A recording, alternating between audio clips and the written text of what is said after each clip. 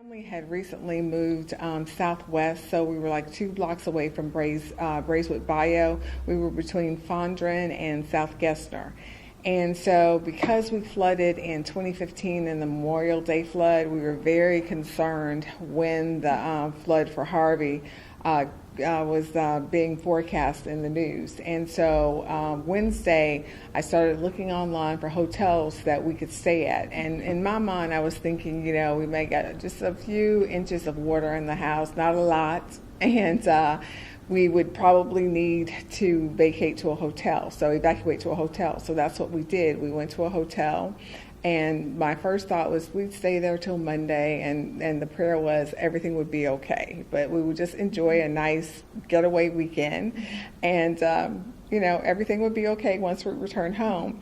When I booked the hotel reservations on Thursday, because of what they were saying on the television, my sister suggested, let's just go ahead and do Tuesday. And so I said, okay, that's fine. When Friday rolled around, she said, we were listening to the weather reports again. So she said, let's just push it to Wednesday. And then she said, and then we're done. And so that sounded feasible to me. And again, I was just still thinking we would enjoy a nice time at a hotel and just have fun, and never thinking that we would not be able to get back into our house or that our house would be destroyed. But that's unfortunately what happened. It was still wet. There were still puddles of water in the house. Even though the water had subsided, there were still puddles of water in the house. When you opened up drawers, there was water in the drawers and everything, water all under the cabinets.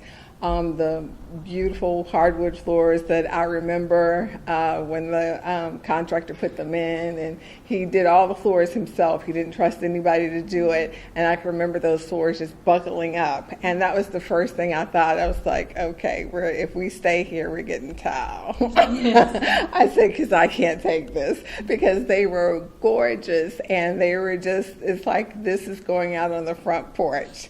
And a lot of the stuff had shifted, even though we had most of our furniture on cinder blocks. A lot of stuff had just shifted because of just the current and everything.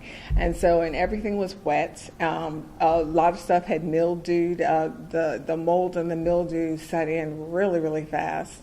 And it just, while it was our home, it didn't look like our home, And so everything was forever changed. And we just, like I said, some things we did not bank on the water being that high, so we didn't put our stuff up high enough. We felt like, well, if we do 1.5 feet, we're good.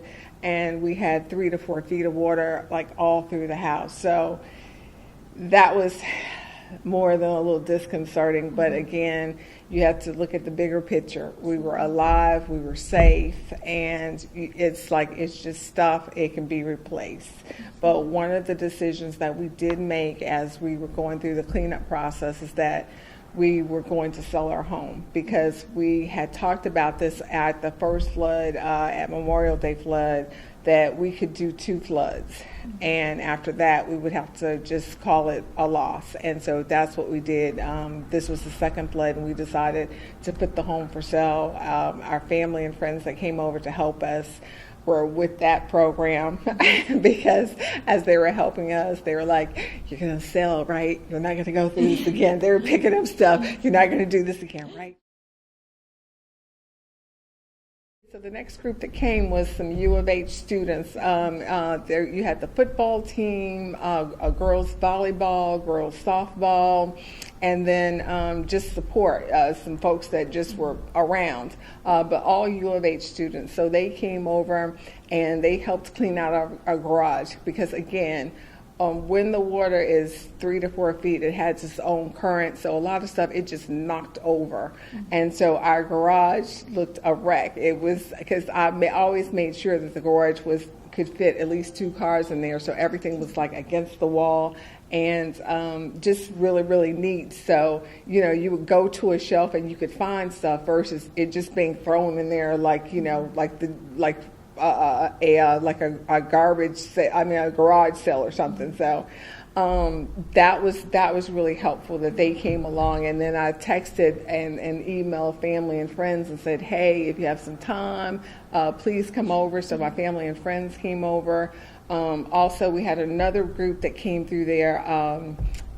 All Hands Volunteers. So they came, and we had another group that came. A church group that came over to give us some assistance. So we had enough volunteers, and every day we had just the right number of volunteers, because one particular day our contractor was there and he had a whole crew that was there, and so we really couldn't have a lot of volunteers. And on that particular day we had like 3 volunteers and my sister and myself, but that's all we could have handled on that day, because any more we would have been tripping over the contractor. So every day it's like the Lord provided exactly what we needed.